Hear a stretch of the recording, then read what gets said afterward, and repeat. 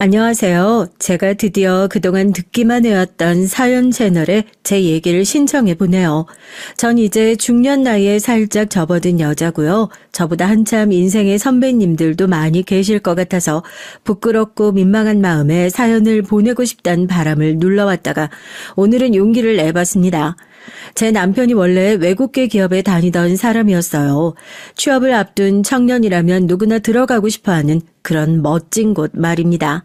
공부를 잘하고 머리가 좋고 그래서 학력도 뒷받침되는 인물이 제 남편이었으니 아마도 외국에서 오래 살다가 온 인력이라는 사실이 외국계 기업에 들어갈 수 있었던 중요한 요소로 작용했을 거예요. 제 남편은 캐나다에서 오래 거주를 해서 영어는 그냥 원어민 수준이에요. 오히려 한국말을 매끄럽고 전혀 어색하지 않게 하는 걸 신기하다고 봐야 하죠. 캐나다에서 오래 살다 온 남편은 거기서 유년 시절, 학창 시절을 다 보냈지만 그럼에도 그쪽 문화에 완전히 물들지 않았어요. 아니, 그러지 못했다는 편이 더 정확할 것 같네요. 그래서 남편은 성인이 되고 나서 한국에 아예 들어왔던 겁니다. 한국에서 쭉 살고 싶어 했으니까요. 어렸을 때 캐나다로 갔었지만 나이가 워낙 어렸던 만큼 자기 의사가 반영되지 못했습니다. 그냥 부모의 손을 잡고서 부모가 가자고 하니까 가게 된 어린 자식이었을 뿐이었죠. 저는요, 남편이 직접 말을 하기 전까진 외국 생활을 그렇게나 오래 했는지 몰랐어요. 오래 해외에서 살아본 사람들 특유의 그 어색한 발음이라고 해야 되나? 아니면 제스처라고 해야 되나요? 그런 게 남편에겐 없었기 때문입니다. 그래서 처음에 남편의 말을 듣고서 제가 아주 깜짝 놀랐던 기억이 나네요. 외국 생활을 그렇게 오래 했다니 자기가 말을 해주기 전까진 조금도 눈치채지 못했어. 깜짝이야. 정말 신기하다. 연애 초반부터 잘 맞았고 그래서 결혼까지 하게 된 이 남자가 저를 놀라게 한 것은 몇 번이 됐는데요. 그래도 설마 이 남자에게 기절초풍할 만한 비화가 있을 것이란 건 상상조차 못하고서 결혼을 했었답니다. 그 비화가 뭐냐고요? 이제 차차 밝혀볼게요. 결혼하고 몇 달 안 지나서 남편은 잘 다니던 외국계 기업 그 폼나는 멋진 곳에서 나왔습니다. 퇴사를 했던 거예요. 전 남편이 산에 왕따라도 당한 줄 알았죠. 갑자기 이직 계획도 제대로 세워놓지 않고서 무작정 퇴사 결심부터 했으니까요. 그런데 그 이유를 물어봤더니 남편이 이런 대답을 하더라고요. 내가 이제 그곳에선 더 이상 행복하지가 않아서 그래. 아니 세상에 여러분, 누가 행복하려고 일을 다니나요? 물론 행복을 찾아서 출근을 하시는 분들도 계시겠죠. 그런 소수의 분들마저 안 계시다고 하진 않을게요. 하지만 대다수의 절대적으로 많은 머릿수의 분들이 출근을 할 때 도살장에 끌려가는 소가 되지 않나요? 행복이란 단어는 급여가 들어오면 그때 잠깐 맛볼 수 있는 것이죠. 그때만 잠깐 행복했다가 다시 불행해진 채로 일을 다니는 것이 바로 이 지구상에 존재하는 직장인들의 숙명이 아닐까 싶거든요. 그러니 제가 남편의 발언에 얼마나 어이가 없고 기가 막혔겠어요. 이 남자가 지금 장난을 하자는 건가 싶은 생각마저 들어서 속이 부글부글 끓기도 했었네요. 하지만 제 속이 터지려고 하는 걸 잠재웠던 건 남편의 진지하고 심각한 표정이었습니다. 난 진심이야. 보람되지가 않아. 더 이상은 그곳에서 일을 한다는 게 나라는 인간이 그곳에서 이제 하나의 부속품처럼 느껴져. 기계의 일부분인 것만 같다. 당신뿐만 아니라 근로자들이 많으니까 비유를 하자면 다들 기계의 일부분이 되어서 회사를 위해 일하는 게 맞지. 그걸 너무 비관적으로 받아들이면 안 돼. 처음엔 이런 기분을 안 느꼈었는데 최근 들어 느끼기 시작한 게 문제라는 거지. 난 내가 그곳에서 이제 언제든 대체될 수 있는 기계의 한낱 부속품처럼 느껴져. 그곳에서 나의 미래는 없겠구나 싶더라고. 그런 마음가짐으로 일을 계속 다니는 건 내 인생의 낭비 같아. 그러니까 당신도 날 이해해줬으면 해. 이렇게 사는 건 너무 불행하잖아. 하나도 행복하지 않아. 아휴, 남편이 전혀 일을 다니며 보람을 못 느끼겠다고 진지하게 그러길래 더 이상 제가 왈가왈부할 수 있는 수준이 아니겠다 싶어서 그래 알았으니까 뜻대로 하라고 그렇게 말을 해주고 말았어요. 생각해보면 처음 만났던 그때부터 남편은 저와 어딘가 결이 다른 인물이었습니다. 괜히 외국계 기업에 다니고 괜히 외국에서 오래 살다 온 사람이 아니라는 걸 증명이라도 하듯 자유분방한 사고방식을 지니고 있었고 가끔 기발한 아이디어를 아무렇지도 않게 내놓곤 했었죠. 그리고 꼭 그런 만큼 인생을 바라보는 자세 또한 저나 여타 각박한 사회 속에 물들여진 사람들과는 달랐어요. 삶의 가치와 기준을 남편은 좀 남다르게 두는 사람이었거든요. 솔직히 돈, 이게 절대적인 요소이고 이게 없으면 아무것도 못한다는 식으로 생각하는 게 우리나라 사회잖아요. 그런데 남편은 일상의 진정한 행복, 보람, 건강한 정신과 육체, 가정에 집중하는 것, 이런 것들을 우선시하고 중요시 여겼습니다. 제가 주변에서 얘기를 들어보니까 대체로 서양권에서 사고방식이 이렇다고 하는데 남편이 그래서 생각하는 게 이런 것인가 싶기도 했어요. 바쁘게 돌아가는 각박한 우리나라 사회에서만 나고 자랐으면 쉽게 가지지 못했을 사고방식이니까요. 아무튼 남편은 멀쩡하게 잘 다니던 외국계 기업을 자기 발로 나온 독특한 이력을 달성한 사람이 되고 말았죠.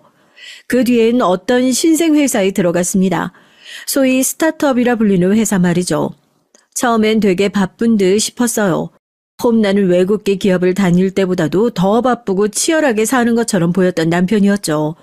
하지만 그게 3달 정도나 갔을까요? 그 이후가 되자 시간적 여유가 많이 생겼습니다. 네, 우리나라의 스타트업 같은 곳들이 다 잘 된다면 지구에서 손꼽히는 최고의 선진국이 됐겠죠. 그게 아니니까 아직 아등바등 사는 것 아니겠어요?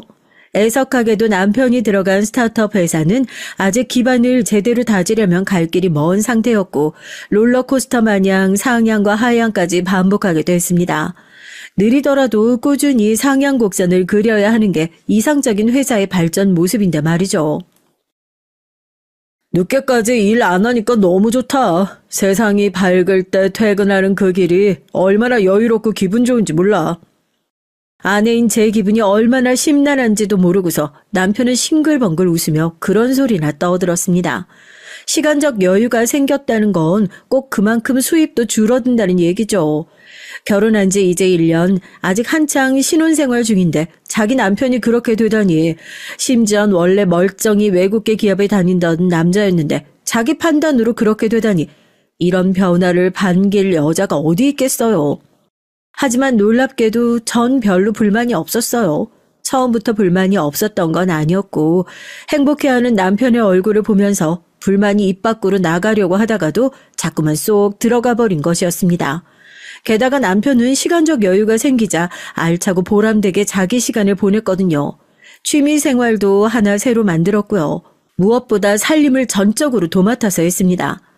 집안일을 하나부터 10까지 남편이 하기 시작했죠. 소질이 있더라고요. 밥도 저보다 잘 안 쳤고요. 하면 할수록 요리도 점점 더 잘했고요. 청소요? 대체로 남자들 결국은 손이 2번 가게끔 청소를 해놓고 집안일을 하죠.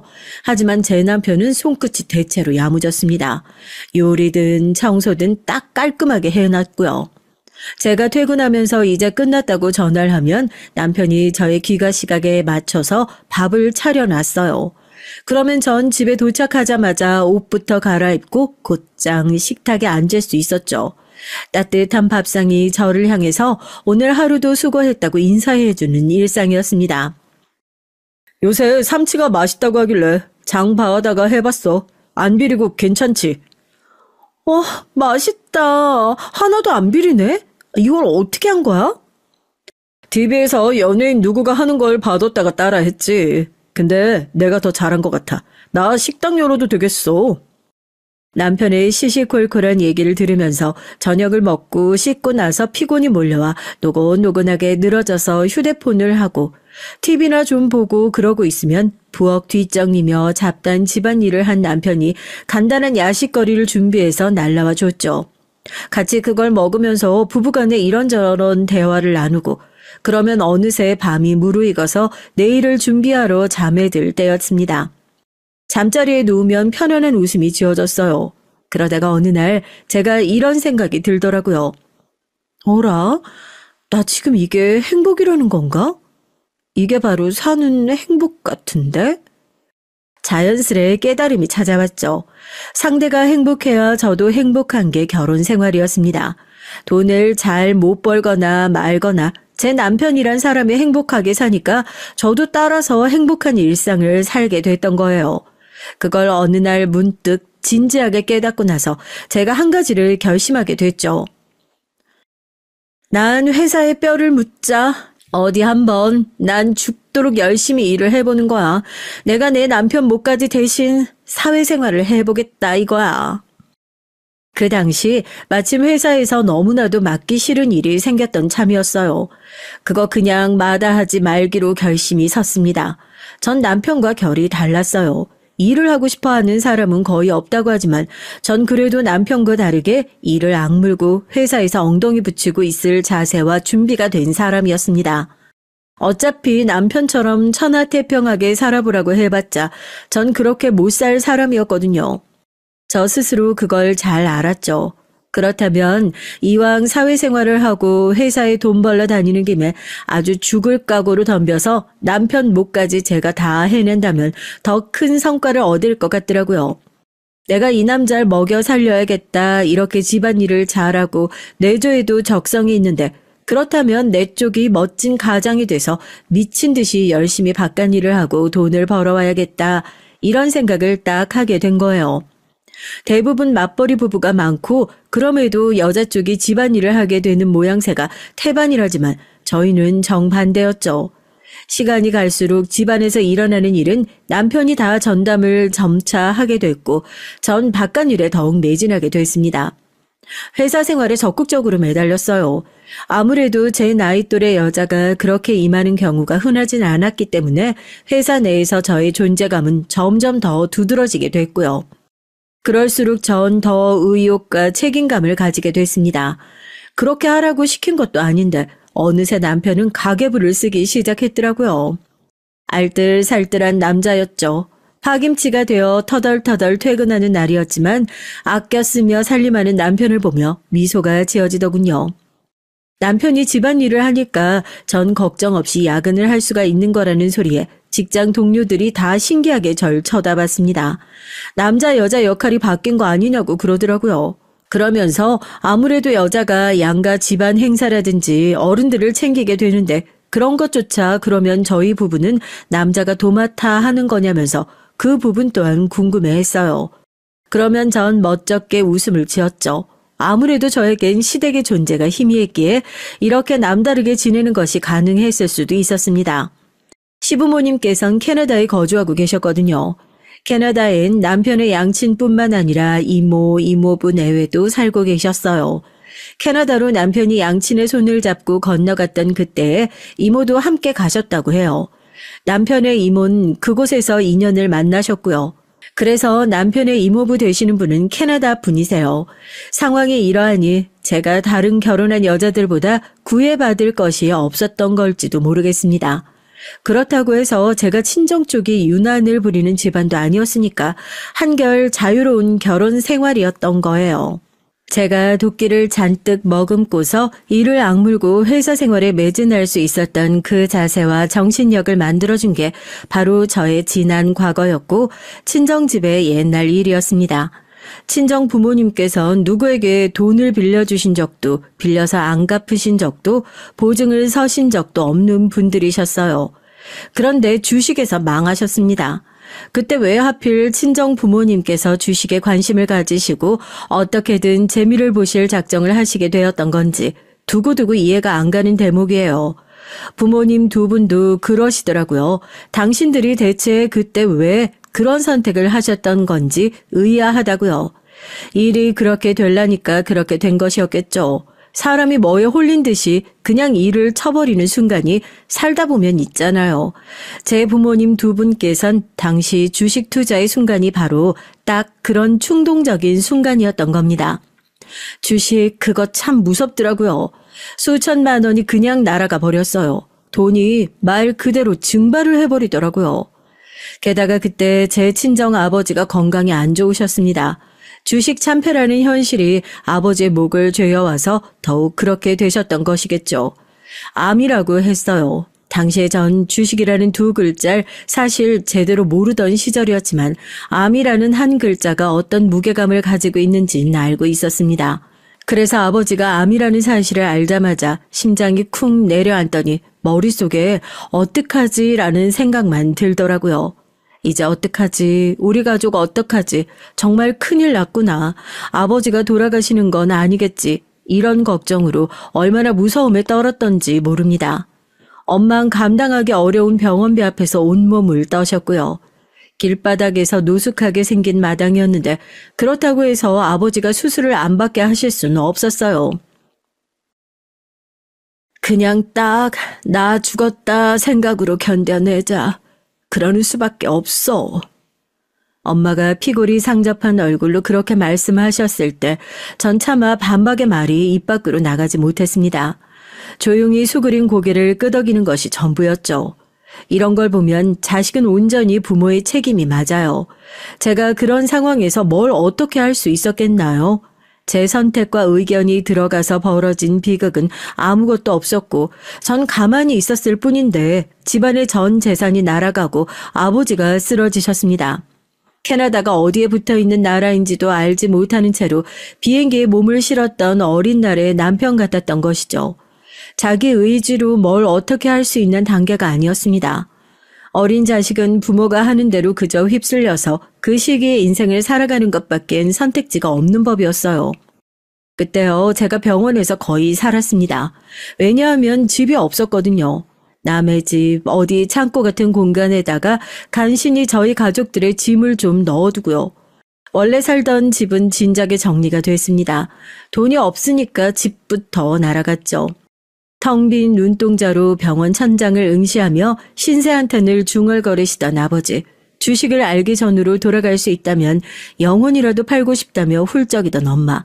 그리고 병원의 구석구석 길을 이제는 다 외워버려 인적이 드문 구석 통로에 몸을 웅크린 채 잠을 청하였던 저. 정말이지 거지 같은 나날들이었어요. 어느 날 병원에서 청소를 하시던 나이 지긋한 아주머니께서 저에게 사탕 하나를 쥐어주시더니 이렇게 말씀을 해주셨습니다. 원래 안 좋은 일은 한꺼번에 일어나는 법이야. 세상살이가 그래. 마치 이래도 버틸래? 이래도 견딜 수 있어? 이렇게 하늘이 시험하는 것처럼 안 좋은 일은 줄줄이 엮여서 일어나는 거란다. 그럼 언제 좋아져요? 어느 날 문득 그냥 갑자기 하늘을 올려다봤는데 아이고 오늘 날씨가 참 좋네. 하늘이 맑네. 이런 생각이 들게 될 때가 올 거다. 그때 알게 되지. 아이고 힘든 시간이 제법 다 지나가고 살만해진 때가 왔구나. 하늘이 어떻게 생겼는지 올려다볼 여유가 생기면 그러면 살아갈 의욕도 나더라고.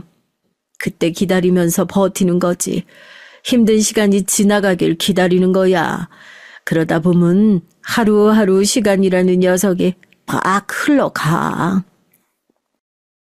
시간이 흐르면 저희 집도 다시 생길까요? 씩 웃으시며 제 머리를 쓰다듬어 주셨던 그 부드럽고 투박한 손길이 그때 먹었던 달콤한 사탕보다도 저를 더 기운나게 만들었던 것 같아요. 전혀 기대하지 않았고 바란 적도 없었지만 어떤 친절과 배려 하나가 불쑥 일상에 끼어들어서 큰 도움을 주는 게 인생의 묘미 같습니다. 누군가 저에게 그런 따뜻한 관심과 조언을 주었다는 사실 자체가 당시에 굉장히 큰 힘이 되었던 거거든요. 제가 처한 상황이 그러했는데 학교 생활이 어떻게 멀쩡할 수가 있겠어요. 전 움츠러들 수밖에 없었고 돈 한 푼이 없어서 허덕이는 제 처지가 초라해서 항상 다른 친구들을 속으로 부러워하는 학창시절을 보냈습니다. 하지만 포기하지 않았죠. 좌절하고 절망 속에 빠져 있을지언정 제 인생을 놓고 싶진 않았어요. 이러한 시련 또한 결국은 다 지나가 버릴 것이라고 믿었죠. 제가 고등학생 때 몸이 완전히 회복되신 아버지가 비록 작은 일이지만 어쨌든 다시 돈을 벌기 시작하셨고요. 엄만 식당 일과 공장 일을 병행하며 그때 투잡을 뛰고 계셨어요.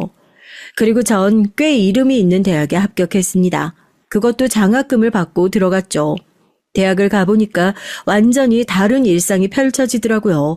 제 인생 제가 꾸려나가기에 달렸다는 생각이 들기 시작했고요. 대학 졸업을 앞두고서 바쁘게 스터디 모임을 마치고 나서 문득 하늘을 올려다 봤습니다. 계속 실내에 있어서 몰랐는데 오늘 날씨 아주 끝내주네. 놀러 나가기 딱인 날씨네. 안에 틀어박혀서 공부만 하지 말고 가끔은 이렇게 하늘도 올려다 봐야겠다. 그런 생각을 하면서 발걸음을 옮기다가 제가 이제는 제법 살만해져서 이런 감상을 할 여유가 생겼다는 깨달음이 번지더군요. 그때 제 가슴 속에 뭉클한 것이 퍼져나갔던 것 같아요.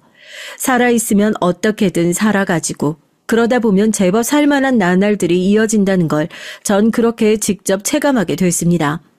제가 산 증인이었네요. 학점 관리를 투철하게 했고 자격증까지 마련해낸 상태에서 대학을 졸업한 전 네로라 하는 유명 기업에 들어갈 수 있었어요.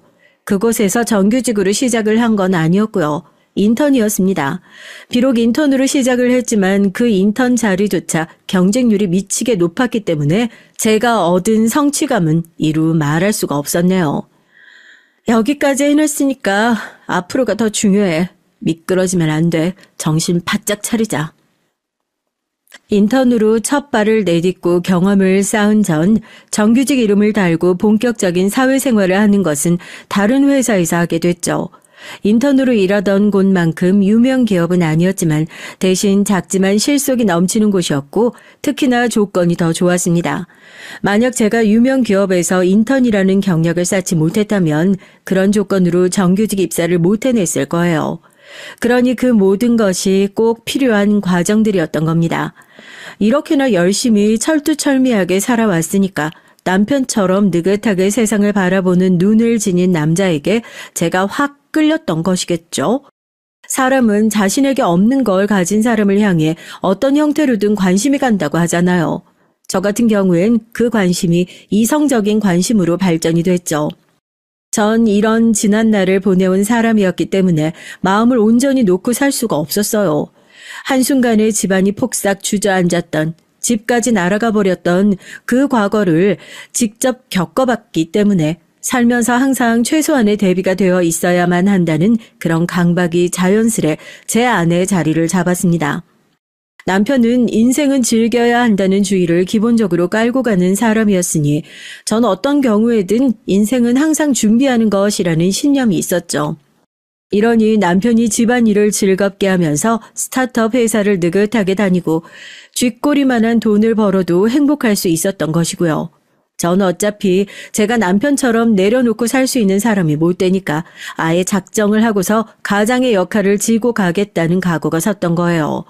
서로 잘 만났죠. 특히나 여자가 더 잘 벌고 사회생활을 많이 하면 남자 쪽에서 자격지심을 가질 수 있는 거잖아요.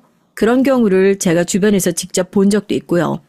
하지만 남편은 그런 게 없어요. 우리 와이프가 최고야. 맨날 저를 향해서 엄지를 치켜 들어주는 남자였습니다.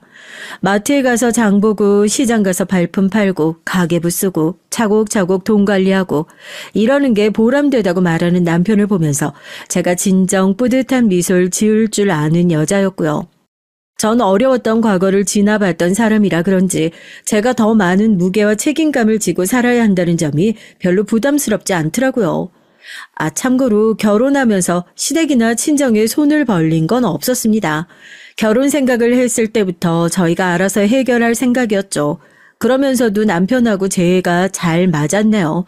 시댁에선 남편이 똘똘한 여자를 잘 만나서 한국에서 이제 뿌리 제대로 내리고 살게 됐다며 감격을 했고요. 유독 결혼식 때 남편의 이모께서 눈물바람이셨던 게 인상 깊었네요. 이 순간이 너무 감동이라면서 흐느끼셨는데 그만큼 절 반겨주신다는 의미 같았습니다. 친정에선 혹시라도 제가 하자 있고 못난 남자를 만나서 결혼을 하면 그거야말로 큰일 나는 것이었는데 그렇지 않고 너무 멀쩡한 남자랑 결혼하는 데다가 돈을 보태달라는 소리까지 안 하니 완전히 금상첨화라면서 기뻐하셨고요. 전 친정 부모님께서 돈에 민감하실 수밖에 없다는 걸 너무나도 잘 알고 있었기에 그런 반응에 굳이 서운함을 느끼거나 하진 않았습니다. 솔직히 대학교 재학 시절까지만 해도 속으로 원망을 많이 했었어요. 다른 집 애들은 평범한 부모님 아래에서 정말 평범하게 사는 것 같은데 왜 나만 부모님이 그런 커다란 잘못된 판단을 하셔서 오래 고통받고 힘들어했던 것인지 너무 불공평하게 느껴지더라고요. 부모님만 잘 만났어도 대학 생활도 훨씬 더 풍요롭고 즐겁게 보낼 수 있었을 거란 생각이 들 때마다 너무 속이 쓰렸습니다. 하지만 더 나이가 들고 사회생활을 시작하면서 점차 생각이 바뀌었어요. 나이가 들어가는 부모님의 얼굴을 볼 때마다 그 얼굴에 주름이 늘어가는 게 제 눈에 보일 때마다 알 수 없는 서글픈 감정이 들더라고요. 그러면서 만약에 제가 더 뛰어나고 재능이 탁월한 자식이었다면 부모님께 제대로 효도를 해드렸을 텐데 그러지 못해서 죄송하고 면목이 없다는 마음도 들기 시작했죠. 결혼 과정 그리고 결혼하고 나서도 마찬가지였어요. 제가 능력이 더 출중했다면 친정 부모님께 큰소리치면서 앞으로 노후 걱정은 전혀 하지 마시라 당당하게 말씀드릴 수 있었을 텐데 엄마가 아르바이트를 다니시는 걸 적극적으로 만류할 수가 없는 제 자신이 못나 보였습니다. 기껏 결혼하면서 부모님께 손을 안 벌리는 것으로 당당해하는 제 자신이 볼품없고 작게 느껴졌었네요. 아무튼 이런저런 것들이 합쳐져서 더욱 열심히 회사 생활에 목숨 걸고 매진했던 여자가 바로 저였어요. 그리고 살면서 지나온 모든 길이 다 연결되는 그림으로 결국 이루어졌던 것처럼 또 한 번 그런 일이 저에게 벌어졌습니다. 어느 날 전 야근에 돌입한 상태였어요. 금요일 야근이라니 다들 학을 뗄 일이었지만 전 도리어 이제 주말이 목전이니 더 의욕 넘치게 일을 마무리하고 퇴근할 수 있겠다 싶었죠. 그래서 스스로에게 파이팅을 불러넣고서 자리에서 일을 하던 상황이었습니다. 집중을 하느라 누군가 사무실을 돌아다니고 있다는 것도 몰랐어요. 문득 기지개를 켜면서 옆을 돌아봤다가 그제야 제 뒤편에 누군가 서 있다는 사실을 알아차리고 화들짝 놀랐었죠. 방해하려던 건 아니니까 마저 일 보세요. 머쓱해하며 미소 지으시는 이 나이든 남자분이 누구인지 전 사적으로 뵌 적도 없었고 대화를 따로 나누어 본 적도 없었지만 그럼에도 알고 있었습니다. 왜냐하면 그분은 제가 몸담고 있는 회사의 대표자 바로 회장님이셨으니까요. 아닙니다. 제가 너무 집중을 하는 바람에 오신 것도 몰랐어요. 인사가 늦었습니다. 당황한 기색을 얼른 지워내고서 벌떡 일어나서 인사를 드렸죠. 회장님께서 아주 가끔 사무실을 누비신다는 얘기를 들어본 적이 있었지만 적어도 제가 겪어본 적은 없었거든요. 제가 있던 부서엔 특히 둘러보신 적이 없던 걸로 알았고요. 그런데 설마 정시 퇴근 시각이 지나고 야근에 돌입한 이때에 돌아다니실 줄은 몰랐습니다. 의외의 상황인지라 제가 조금 들뜬 기색으로 공손히 있던 바로 그때였어요. 회장님의 눈길이 제 자리에 계속 머무는 것이 아니겠어요? 처음엔 제 자리의 컴퓨터 화면을 바라보시는 건가 했는데 그게 아니었습니다. 제가 자리 구석에 작은 액자를 뒀거든요. 저 포함 저희 부서에도 몇몇이 가족 사진 등을 액자로 올려놓은 상태였어요. 그리고 제 자리의 액자는 저와 남편이 신혼여행을 가서 찍었던 사진이 들어있었죠. 또한 제 자리에 공간을 만들어주는 파티션 그 벽에 사진 2개가 스카치 테이프로 붙여진 상태였는데 둘 다 남편 사진이었습니다. 제가 너무나도 근무 중에 남편이 보고 싶어서 추가로 또 그렇게 해놓은 건 아니었고요. 남편이 자기가 잘 나온 사진을 몇 번 들여다보지도 않는 앨범 안에 두고 썩히기 아깝다고 하면서 제자리에 붙여놓으랍시고 요청을 굳이 했었기 때문이에요. 일하면서 힘들면 자기 얼굴 보고 힘을 내라나 뭐라나. 그런데 그 요청을 못 들어줄 것도 아니라서 그냥 여러 일정들이 붙어져 있는 포스트잇 메모들 옆에 사진도 같이 붙여놨던 것뿐이었습니다. 그런데 회장님이 시선이 자꾸만 남편의 사진들에게서 떠나질 못하는 거예요. 너무 이상하잖아요. 그래서 제 입이 안 열릴 수가 없었죠. 아, 여기 사진들은 제 남편이에요. 역시 그랬군요. 그럴 것만 같더니만. 제가 어색하게 웃으면서 말씀을 드렸을 때 회장님은 대충 대답을 하셨지만 그 눈빛만은 그렇지가 못했습니다. 어딘가 의구심과 혼란을 가득 담고 있는 것처럼 보이는 그런 눈빛이었어요. 왜 자꾸 저러시나 싶어서 제가 고개를 갸웃거리던 바로 그때였습니다. 이런 질문 참 이상한 거 알지만 혹시 그 남편 등에 커다란 점이 있지 않은가요? 네? 저희 남편 등에요? 커다란 점이요? 회장님의 질문을 듣고 전 정신이 번쩍 들었습니다. 너무 사적인 질문을 하신 것 자체로도 놀라웠지만 문제는 그 내용이었죠. 제가 한껏 당황한 걸 보신 회장님께선 실없는 소리를 하고 말았다는 듯 쓰게 한숨을 지으셨어요. 하지만 이내 제 대답을 들으시곤 눈이 커다래지셨고요. 그걸 회장님께서 어떻게 알고 계세요? 저희 남편 정말로 등에 점이 있거든요. 날개뼈 부근에요. 혹시 저희 남편을 개인적으로 아시나요? 뭐라고요? 진짜로 점이 위치도 대강 맞는 것 같은데 남편의 이름은 어떻게 돼요? 남편이 어디서 뭘 하면서 살았고요? 네? 저희 남편은 캐나다에서 오래 살다가 온 사람이긴 한데요. 얼마나 얼떨떨했던지 모릅니다.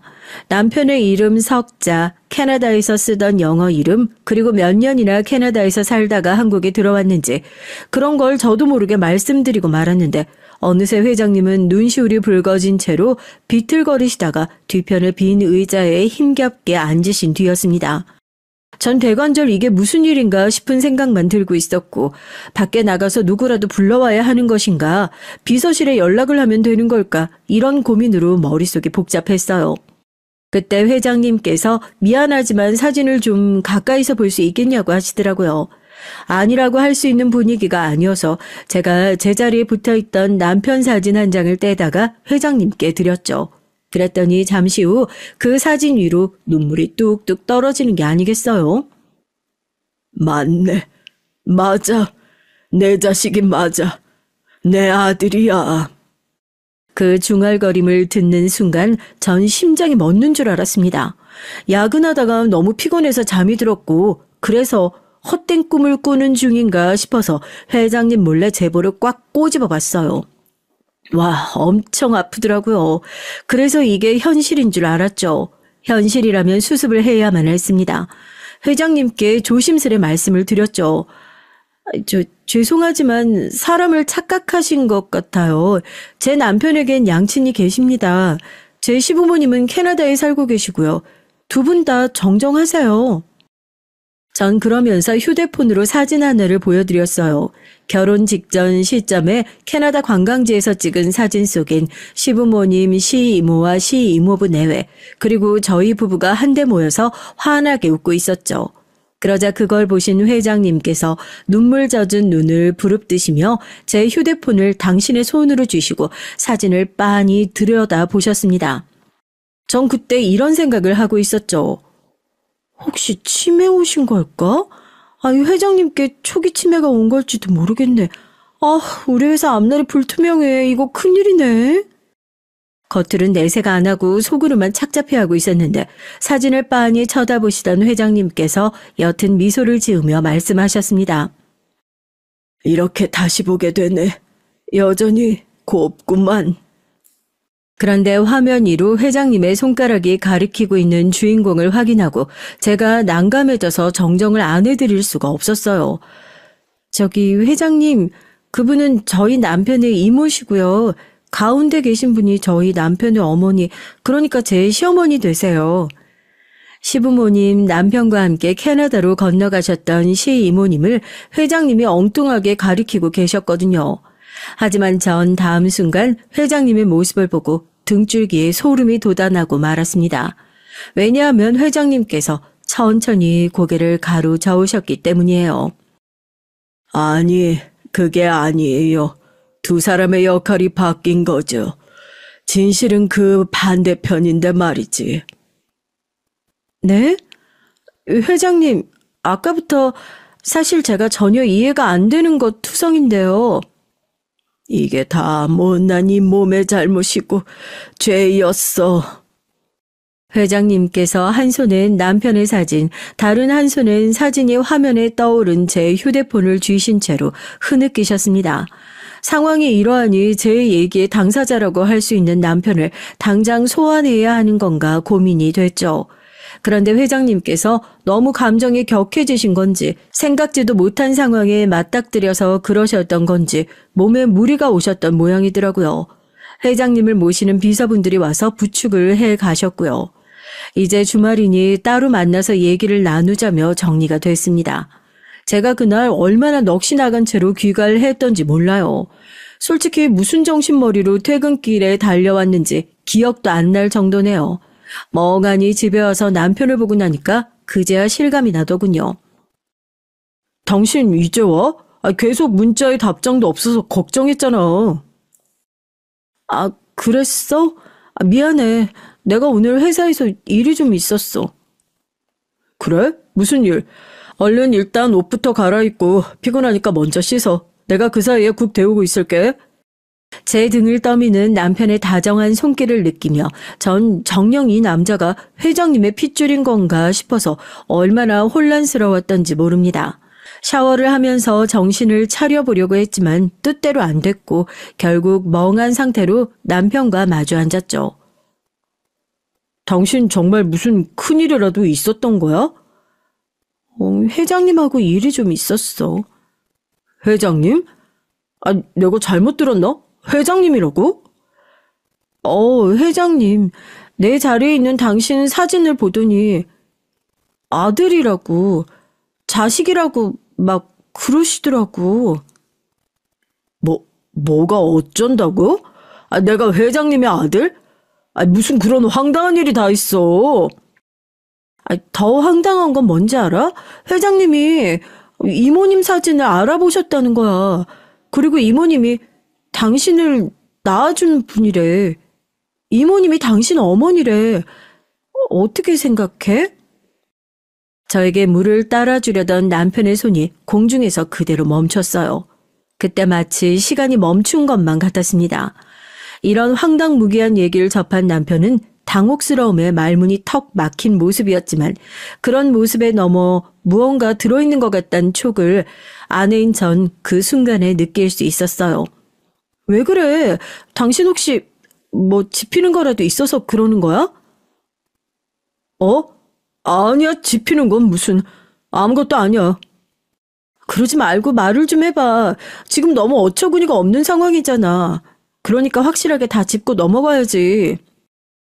아니, 그게 사실은 정말 별건 아닌데 내가 그런 소리 많이 들어봤거든.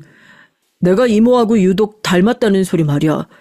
그냥 외탁을 했으니까 그런 거겠지 하면서 별로 다른 생각은 안 해봤었는데 갑자기 지금 이게 떠오르네. 잠깐, 그러고 보니까 나도 처음에 그런 소리 했던 것 같은데? 맞지? 어머님보다 이모님하고 당신이 붕어빵이라고. 신기할 정도로 이모님하고 당신하고 둘이 분위기가 비슷하다고. 내가 그랬던 것 같은데? 그리고 남편의 말을 듣고 난 제가 무의식적으로 과거의 일화를 끄집어내고 말았습니다. 그러고 나자 이제 저희 부부는 뭔가 이상함을 감지하게 됐고 분위기가 싸하게 가라앉았죠. 애써 에이 설마라는 식으로 굴었지만 그때 각자 속으로 이거 뭔가 이상하다는 생각을 하고 있었어요. 시댁에 연락을 해볼까 말까 고민했는데 저도 그렇고 남편도 일단 하지 말자는 쪽으로 기울었습니다. 왜냐하면 알고 보니 다 오해였는데 괜히 시댁에 이상한 질문이나 하게 되면 너무 민망해지니까요. 그래서 그날 밤새 뒤척이며 잠을 설쳤다가 다음 날이 되어 회장님을 따로 뵙게 됐어요. 따로 룸이 있는 식당이었는데 회장님을 마주한 남편이 멈칫했고 그 순간 제가 묘한 기분이 들었습니다. 어라? 이제 보니까 두 사람 골격이라고 해야 되나?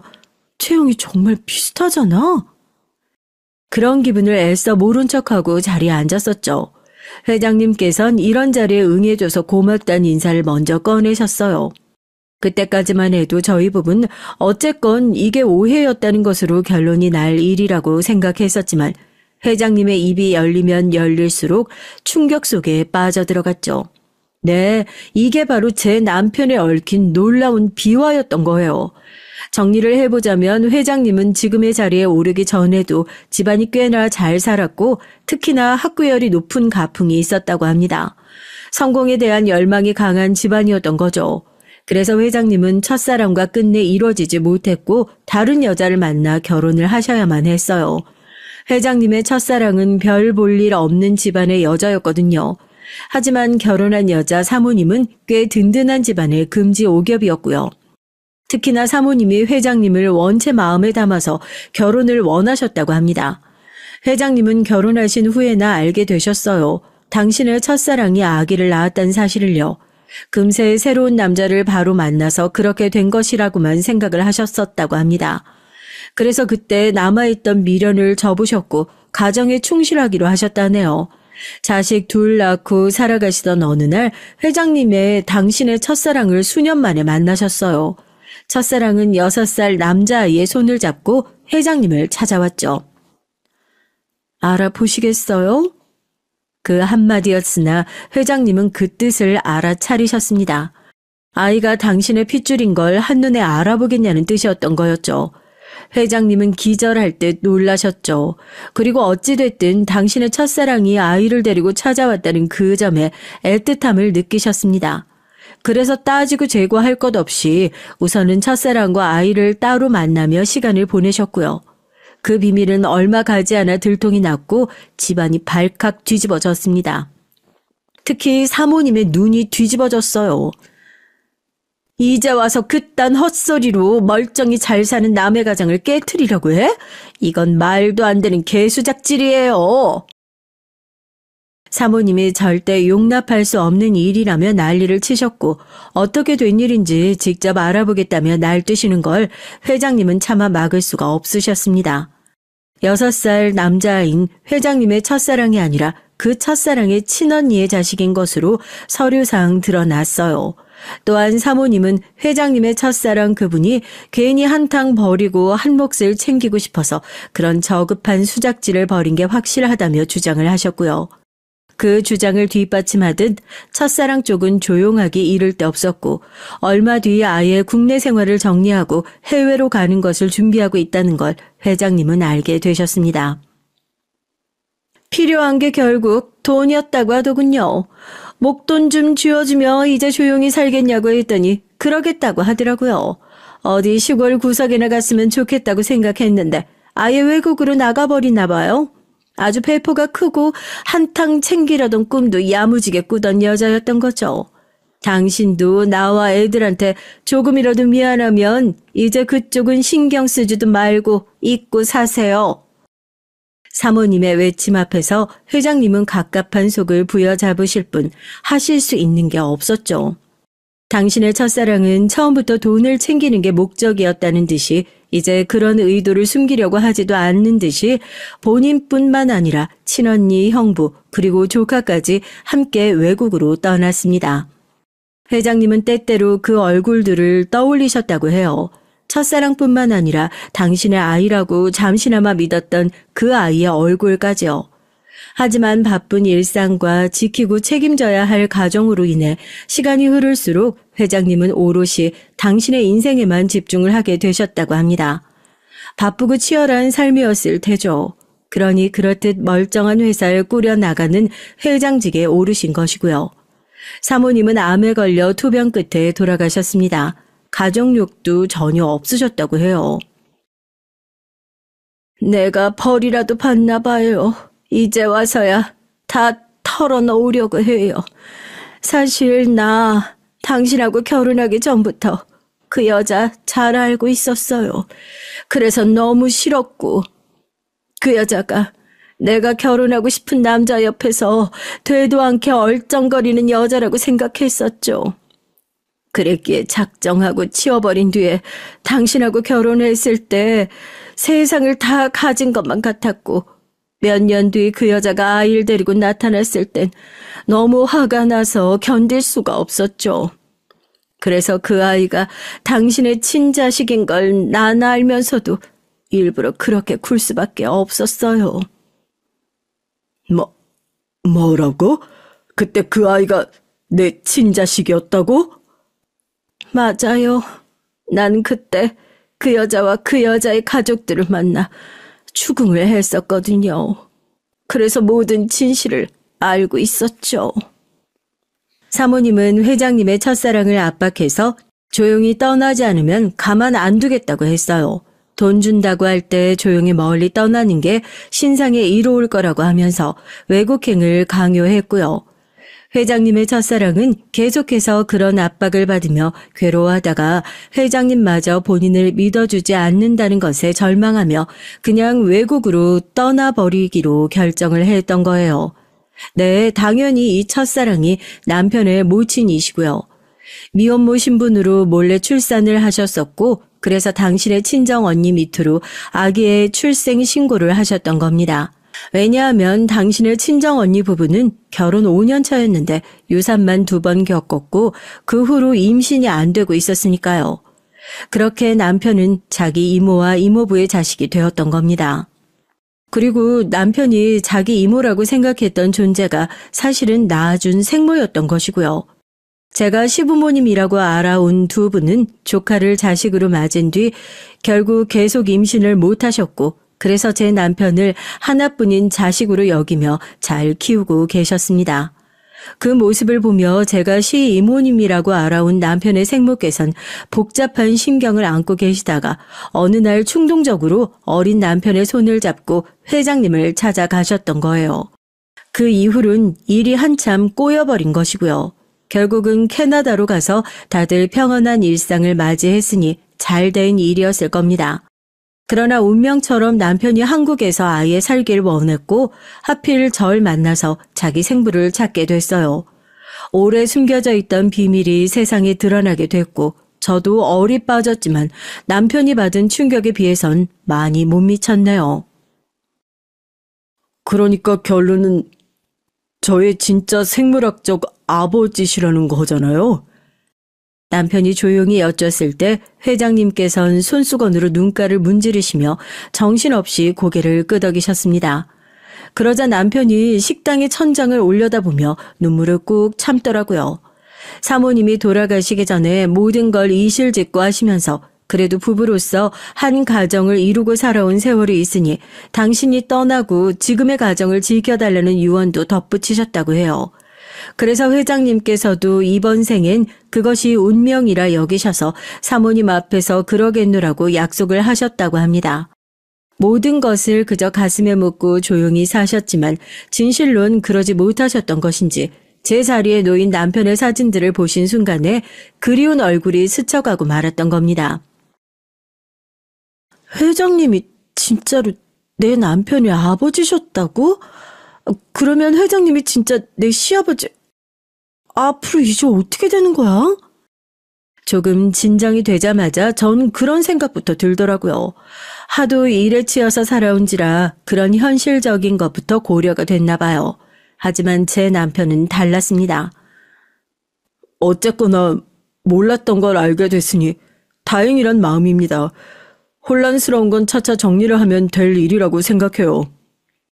이러니 저러니 해도 부모님이든 이모든 결국 다 자기 가족이라는 사실에 변함이 없다는 것. 남편은 그것에 초점을 맞췄죠. 이런 순간에도 긍정적인 면부터 바라보는 남자라서 새삼 다행이었네요. 그날 이후 커다란 변화가 있었다면 있었고 또 없었다면 없었습니다. 왜냐하면 남편은 그대로 작은 회사를 다니며 작은 월급을 받으며 집안일을 열심히 하는 남자로 살았거든요. 회장님께서 자리를 하나 마련해주고 싶다고 하셨지만 남편은 단호하게 거절을 했어요. 그리고 캐나다에서 시댁 식구들이 건너와서 대화의 장을 열었었네요. 다들 눈물바람이었는데 어쨌든 결론은 시부모님은 그대로 시부모님이고 시이모님 또한 시이모님이라는 것이었습니다. 여태까지 그분들이 그렇게 살아오셨고 저 또한 그렇게 알아왔으니 그 지나간 시간들을 존중하기로 입을 모았어요. 이모가 사실 엄마였다니 그 점에 남편은 힘들어하기도 했지만 점차 회복을 하더군요. 그리고 회장님과 시이모님 두 분도 따로 만나셨는데 짧게 식사 자리 한번 가지신 게 전부였고요. 공통점이 있다면 두 분 다 그 후로 무척 후련한 얼굴이 되셨다는 점이었습니다. 그리고 전 승진을 했어요. 제법 파격적인 승진이라서 모두 놀랐죠. 제가 설마 회장님의 며느리 되는 입장이라는 건 아무도 몰랐지만요. 그래서 깜짝 파격 승진에 모두가 놀라면서도 미친 듯이 일에 매달려온 제가 그만큼 대우를 받는 거라며 금세 납득을 하기도 했답니다. 일을 하는 만큼 성별과 나이에 상관없이 대우가 돌아오는 곳이라는 인식이 생겨서 그 후로 다들 더욱 열심히 일을 하는 분위기가 사내에 잡히기도 했고요. 의도한 건 아니었지만 결과가 좋으니 된 거겠죠. 전 저에게 주어지는 걸 결코 마다하는 사람은 아니라서요. 지극히 현실주의자인 전 앞으로 어떻게 될지 모른다는 불안감을 항시 지니고 있기 때문에 회장님이 주시는 것들을 넙죽 받았습니다. 친정 부모님께선 이제 노후 걱정하지 말라고 당당하게 말씀을 드릴 수 있는 자식이 되었네요. 두 분이 얼마나 좋아하시는진 몰라요. 그리고 넙죽 다 받아버린 만큼 제 가치를 증명하기 위해서 오늘도 열심히 근무를 하는 중이랍니다. 안녕하세요. 전 서울에 사는 50대 여성인데요. 얼마 전 남편과 완전히 갈라서고 홀로서기를 하고 있는 중입니다. 오늘은 여러분들의 응원과 지지도 받을 겸 글을 쓰게 됐는데요. 여러분은 가정이 평안하신 편인가요? 전 자식복은 있었지만 남편복은 정말 없는 여자였던 것 같아요. 지금도 이날을 생각하면 서러움에 눈물이 흐르는데요. 그럼에도 제가 한 결정은 정말 잘했다 싶습니다. 제 남편은 정말이지 인성이 덜 된 사람이었거든요. 그럼 지금부터 얘기 들려드릴 테니까 끝까지 들어주세요. 제가 전 남편과 만났던 건 지금으로부터 30년 전이었습니다. 남편은 집안 대대로 이어오는 사업을 물려받아 꾸려가는 사람이었고 전 이제 막 교사가 된 새내기 선생님이었죠. 시댁에선 초등학교 교사라는 저의 직업을 마음에 들어해서 저희 엄마의 지인분을 통해 중매를 서달라고 했는데요. 전 처음 남편을 만났을 때만 해도 이 사람이 굉장히 괜찮은 사람이라고 생각했어요. 그도 그럴 것이 부모님 말씀 따라 성실하게 사업을 이어가는 모습이었던지 저를 배려하는 모습들이 보기 좋았거든요. 그런 사람과 가정을 꾸린다면 행복해질 것 같다는 생각이 저절로 들었습니다.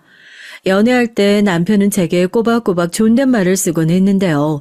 저녁을 한 끼 해도 미희 씨 이건 어때요? 저건 어때요? 하면서 제 의견부터 먼저 묻곤 했습니다. 전 친정에서 그닥 큰 사랑을 받고 자라지 못해서인지 남편의 그런 섬세함과 다정함이 좋았어요. 저희 친정은 장남만 유독 챙기는 분위기라 큰오빠와 작은오빠가 좋은 걸 다 독차지했고 저희 시부모님도 재산은 장남과 차남에게만 준다고 의사를 밝혀놓으셨거든요. 그 때문인지 전 성인이 돼서도 늘 외로운 섬처럼 어딘가를 표류하는 기분이었습니다. 늘 외로웠고 누군가 절 보살펴줄 사람을 마음속으로 찾고 있었던 것 같아요. 저희 친정 오빠들이라도 저를 챙겨줬다면 다행이었겠지만 친정 오빠란 사람들은 자기들이 남자라는 이유로 누리는 것들을 당연하게 생각하는 사람들이었습니다. 저희 어머니는 이런 식이었죠. 엄마, 왜 민철이 오빠한테만 책가방 사준 거예요? 나는요? 걔집애가 무슨 또 가방을 사달라고 해. 옆집 언니가 쓰던 거 물렸으면 되지. 엄마, 나도 내 거 갖고 싶어요. 난 옷도 그렇고 맨날 남이 쓰던 것만 쓰잖아요. 오빠는 새 것만 쓰고. 네 오빠들은 남자잖냐. 큰일 할 사람들이니 당연한 거지. 넌 동생이 돼서 그것도 이해 못 해줘? 네 오빠들이 잘해야 우리 집이 잘 되는 거고 그래야 너도 잘 되는 거야. 친정엄만 가혹했어요. 어린 시절을 돌이켜보면 엄마가 왜 이렇게까지 장남 차남 사랑이 지나치셨을까 의문일 만큼요. 그러다 보니 자연스러운 수순으로 제가 성인이 되고 교대에 들어가자 친정에선 절 어떻게든 시집 보내려고 어수선을 떠셨죠. 동네 중매 서주시는 아줌마들에게 일일이 찾아가 저를 홍보하고 다니고 대학만 졸업하면 무조건 시집갈 생각을 하라며 압박을 가하셨습니다. 이때도 전 친정 엄마와 갈등이 있었어요. 전 왜 제가 꼭 시집을 가야 하는지 이해할 수 없었거든요. 일찍 결혼을 하고 싶지도 않았고요. 가정을 꾸려 사는 게 행복한 사람도 있겠지만 전 아니었고 외려 선생님이란 꿈을 이루어 아이들과 함께하는 시간을 늘려나가고 싶었습니다. 그러나 번번이 친정 부모님은 그때마다 절대로 안 된다며 절 오만 남자들과 선을 보게 하셨어요. 이번에 만난 남자는 괜찮지 않니? 집안도 좋고 그 아버지가 국회의원을 하셨다는데 아이, 그 정도면 너한테 과분하지. 리야, 잘 생각해봐라, 응? 엄마, 잘 모르겠어요. 아, 왜 자꾸 모르겠다는 말만 하는 거야? 아, 너 그러다 언제 시집 가려고, 어? 노처녀로 늙고 싶은 게야? 여잔 결혼 못하면 아무 쓸모가 없어. 제가 알아서 하면 안 돼요? 정말 지쳐요, 엄마. 전 정말이지 이때 저희 엄마와 갈라서야 할까, 인연을 끊어야 하나 진지하게 고민도 했답니다. 그만큼이나 부모님에 대한 반감이 심했던 시기였어요. 그리고 그 끝에 걸린 남자가 남편이었고요. 남편에게 반해 전 번갯불에 콩 볶듯 결혼을 진행했고, 친정 부모님은 역시나 무척이나 좋아하셨습니다. 남편의 집안이 일단 돈이 많은 집안이었고, 시부모님 두 분 다 안정적인 노후가 보장된 데다 남편에게 딸린 여동생들, 저의 시누이들도 좋은 대학을 나온 나름 엘리트들이었거든요. 부모님은 제가 너무 과분한 곳에 시집을 간다며 박수를 짝짝 치셨죠. 하지만 반면 전 시집을 간 직후부터 고생살이가 시작됐습니다. 저희 때의 시집살이 그닥 겪지 않고 결혼 생활 하신 분들도 있다고 하는데 전 아니었습니다. 온화하게만 보였던 시부모님이 일단 시집을 가고 제가 큰 며느리가 되니 대우가 달라졌어요. 시부모님은 제가 임신을 하자 이제 일을 완전히 그만두고 남편 내조에 전념하라 하시더라고요. 여기서부터 갈등의 시작이었습니다. 전 교사 일을 사랑했고 아이를 어느 정도 키우고 난 후엔 복귀를 할 생각이었는데 시부모님은 이를 전혀 존중해주지 않았어요. 그러면서 의견이랍시고 절 설득하시는데 굉장히 상처가 됐습니다. 제가 계속 일을 할 의사를 보이자 그깟 교사 일이 뭐라고 밖에 나가냐 하더라고요. 어머님 아버님 아시겠지만 저도 많이 생각한 거예요. 전 이 일을 꼭 하고 싶어요. 아이 낳고 어느 정도 키우면 다시 나가서 일하고 싶어요. 이 사람 내조하는 것도 중요하지만 일하면서 남편 내조도 잘할 수 있거든요. 아이고, 너는 대학 나온 애가 왜 이리 덜 떨어진 소리를 하니? 네가 어떻게 일하면서 남편 내조도 한다는 거야? 말도 안 되는 소리 좀 하지 말아라. 그리고 그깟 가르치는 일이 뭐라고? 넌 그냥 집에서 조신하게 살림만 하면 돼. 나대지 말고 집에 있으라면 있어. 당신 적당히 하지 그래. 며느리 의견도 중요하지. 왜 그렇게 안달복달하는 게야? 아, 당신이야말로 그만해요. 안 되는 건 안 되는 거예요. 여기서 편이 갈렸는데요. 그나마 시아버지는 정하고 싶으면 천천히 생각해 보자라고 하셨지만 시어머니는 단호한 태도였습니다. 절대로 안 된다며 임신한 후부터 여잔 집안에 들어앉아 있어야 한다는 말을 계속 반복적으로 하시더라고요. 이 말에 환멸이 느껴질 만큼 징글징글하게 계속 똑같은 말씀을 절 앉혀놓고 하시는데 여기서 남편의 반응도 상당히 실망스러웠습니다. 남편은 그 어떤 입장도 내비추지 않고 그냥 가만히 있더라고요. 분명 결혼 전 남편은 제게 아이를 낳고 나서도 제가 원하면 일을 할 수 있게 해주겠다고 약속을 했는데 말이죠. 그 때문에 그날 시댁에서 돌아오자마자 남편에게 따져 물었죠. 왜 약속을 지키지 않느냐고요. 그러자 남편은 시큰둥한 목소리로 그러더라고요. 아니, 당신은 그럼 그 말을 고지고대로 믿었던 거야? 아니, 그건 그냥 당신이랑 결혼하려고 한 말이지. 솔직히 말해서 우리 어머니 말이 뭐가 틀린 게 있어? 그냥 어머니 말에 따라줘. 그래야 갈등도 안 생기고 분란도 없어. 뭐야? 당신, 그런 법이 어딨어. 당신 나한테 분명히 그 전까지만 해도 원하는 일 하라고, 일 열심히 하는 모습 좋다고 그렇게 말했던 사람이잖아. 어머니 말 듣고 바로 의견 바꾼 거야? 당신한테 정말 실망이네. 아니, 난 그게 아니고. 나야 어머님이랑 당신이 싸우는 게 싫어서 그렇지. 알았어. 진정해. 내가 어떻게든 당신 애 낳고 일하고 싶을 땐 그렇게 해줄 테니까. 어머니도 설득해 줄 테니까 걱정하지 마. 됐지? 이날 제가 남편에게 크게 실망했다며 대판 싸우려는 기세를 보이자 남편은 꼬랑지를 내리더라고요. 알았다면서 자기가 일자리를 보장하겠다고 하면서요.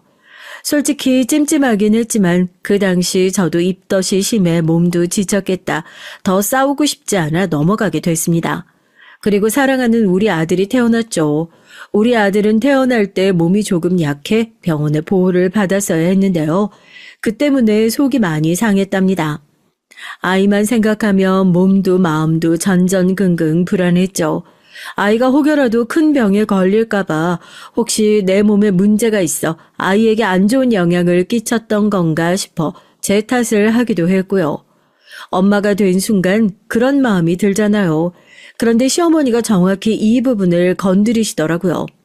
제가 염려하고 걱정하는 부분 말입니다. 아니, 애가 왜 선천적으로 약하게 태어났다니? 혹시 너 때문 아니야? 너 임신 기간 동안 태교 제대로 안 한 거 아니니? 아우, 내가 못 산다, 정말. 우리 손주 내가 어떻게든 한번 안아줘야 하는데 지금 이렇게 100일 동안 애도 못 보고 뭐 하는 짓이냐? 저기 어머님, 저도 아기가 아프니까 마음이 안 좋아요. 근데 그렇다고 무작정 저한테 잘못했다고 몰아가시는 건 아니지 않나요? 의사 선생님께서도 산모 탓이 아니라고, 제 탓이 아니라고 의학적으로 설명해 주셨어요. 아유, 됐다. 듣기 싫어. 속도 상하는데 내가 너한테 설교까지 들어야겠니? 나 바빠서 갈 테니까 나중에 보자. 소리를 빽 지르고 떠나시는 시어머니를 보니까 너무 마음이 안 좋았어요. 속상하고 섭섭했습니다. 출산했다고 고생했다는 말 한마디도 없이 저런 말만 하고 나가는 시어머니라니 이게 말로만 듣던 고부 갈등이고 미운 시어머니구나 하는 생각이 들더군요. 남편은 시어머니가 떠나고 나서야 저에게 와서 괜찮냐고 더듬더듬 물었어요. 전 그런 남편도 밉더라고요. 시어머니가 절 앞에 두고 훈계할 땐 늘 가만히 입을 다물고 있다가 떠날 때가 돼서야 괜찮냐고 물어봐 주니 얼마나 얄밉겠어요. 제가 아무 말도 않고 고개를 딱 돌리자 그제야 나름대로 애교를 부리며 미안하다 어쩐다 하는데 듣기도 싫었습니다. 그런데 그때 저희 친정엄마가 방문을 하셨어요. 앞전에 말씀드렸다시피 저희 친정엄마와 결혼 전까지도 사이가 좋지 않았습니다. 엄마는 언제나 오빠들 우선이었고 전 뒷전이었으니 전 엄마에게 그저 미운 오리 새끼라고 생각했거든요.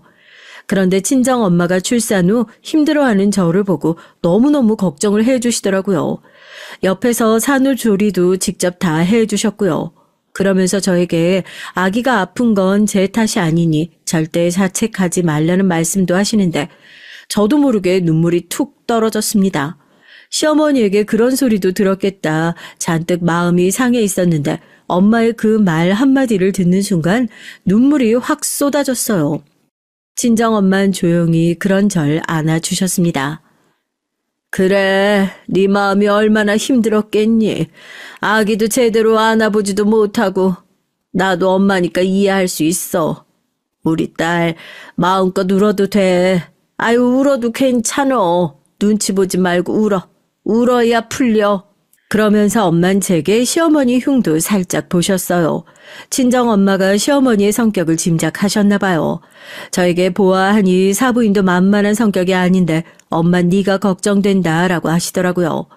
아마 엄마는 상견례의 날이라든지 명절날 제가 시댁에만 갔다 오면 파김치가 되어 오는 걸 보고 어림짐작을 하신 것 같습니다. 엄마 괜찮아. 어머님이 나한테 뭐라고 안 해. 아니야, 엄마 다 알고 있어. 괜찮어. 엄마한텐 솔직하게 다 말해도 돼. 괜히 엄마의 마음까지 심란하게 만들고 싶지 않아 거짓말을 했지만 엄마는 저리 말씀하셨어요. 엄마는 자신도 시집살이를 많이 해서 시댁 눈치를 많이 보고 살았다며 지금껏 제가 몰랐던 사실들을 말하더라고요.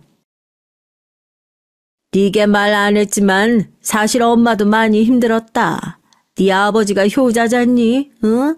나까지 효부 며느리 노릇을 하라고 강요를 하는데 정말 너무 스트레스가 심해서 머리털이 수천 개가 빠질 것 같더라고.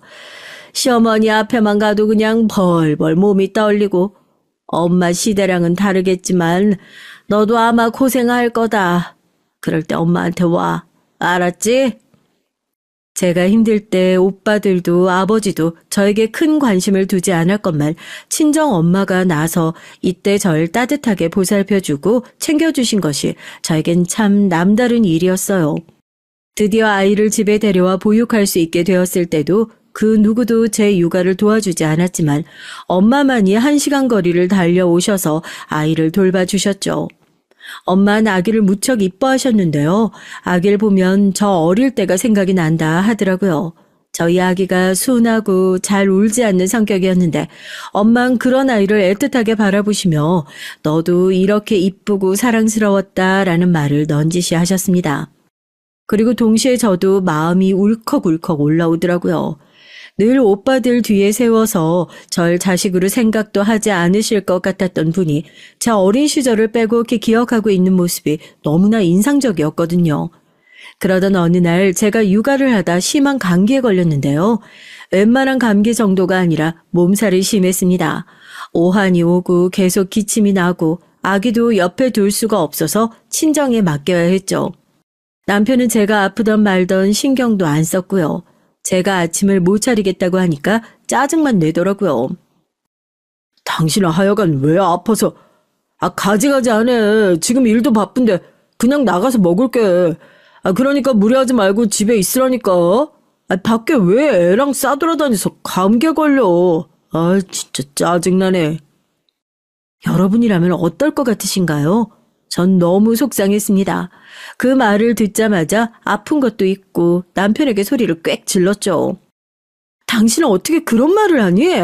당신이 조금만 육아를 도와줬어도 내가 아플 일도 힘들 일도 없었잖아. 당신이 집안일 하나라도 도와준 적 없어? 집안일이든 육아든 단 하나도 신경 쓰지 않으니까 나만 힘들고 아픈 거잖아. 거기다 당신 어머니는 어떻고? 당신 어머니 오늘도 나한테 전화해서 당신한테 감기 옮기지 말라고 신신당부하시더라. 이쯤 되면 전 남편이 사과를 할 줄 알았어요. 근데 남편은 오히려 당당한 태도로 나오더라고요. 남편은 자기 엄마 말엔 틀린 구석이 없다는 입장이었고 왜 자신이 일하는 것도 힘들어 죽겠는데 아이까지 돌봐야 하냐고 몰아붙였습니다. 야, 나도 힘들어. 그럼 네가 나가서 돈을 벌든가. 돈 안 버는 사람이 집에서 집안일하고 애 키우는 건 당연하지. 왜 너 혼자만 징징대냐? 다른 여자들은 아무 말도 없이 다 잘한다는데 하여튼 넌 제대로 하는 게 없다니까. 없어. 내가 결혼을 잘못해도 한참 잘못했지.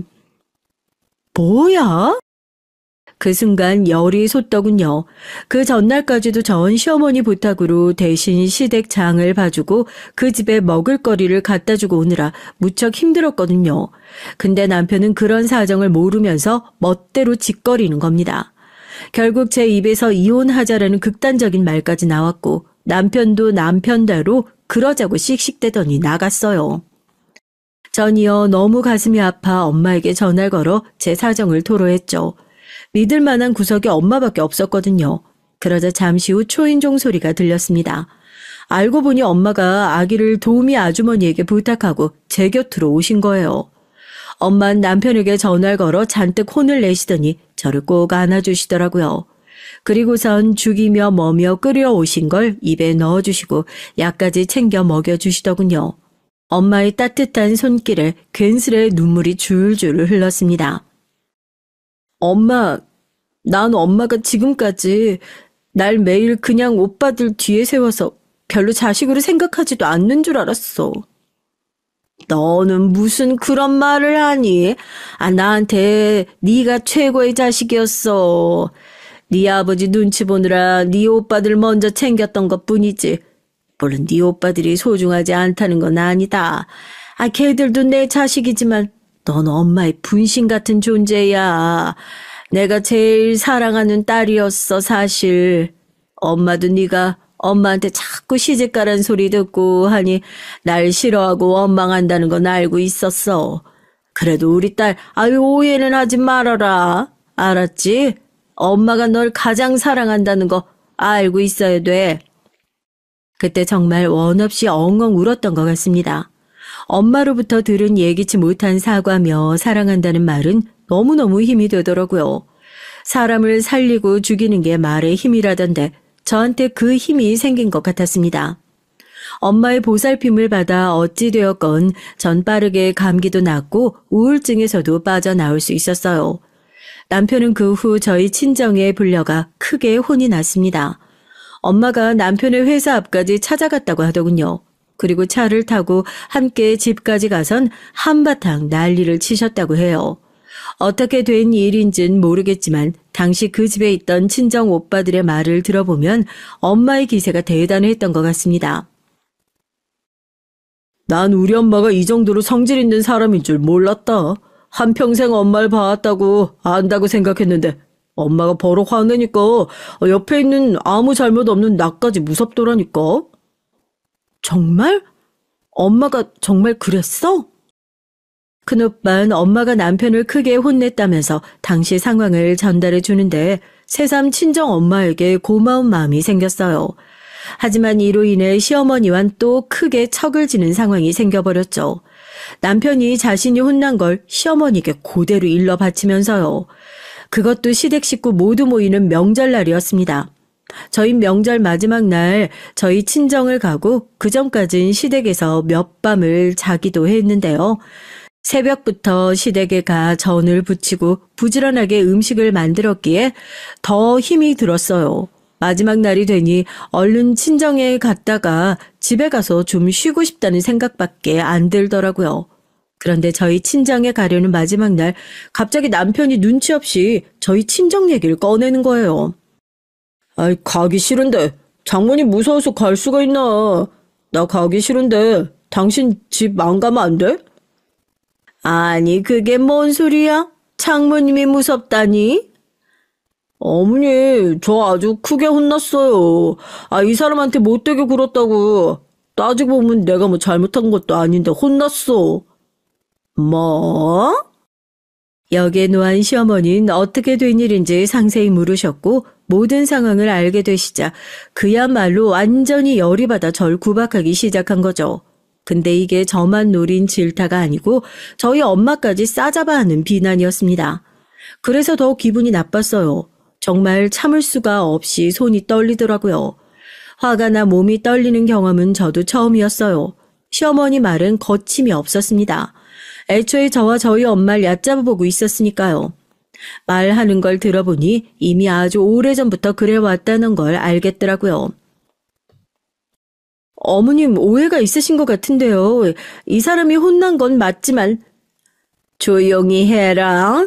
너는 네 엄마가 그러고 있는데 그걸 가만히 두고 보고 있었니?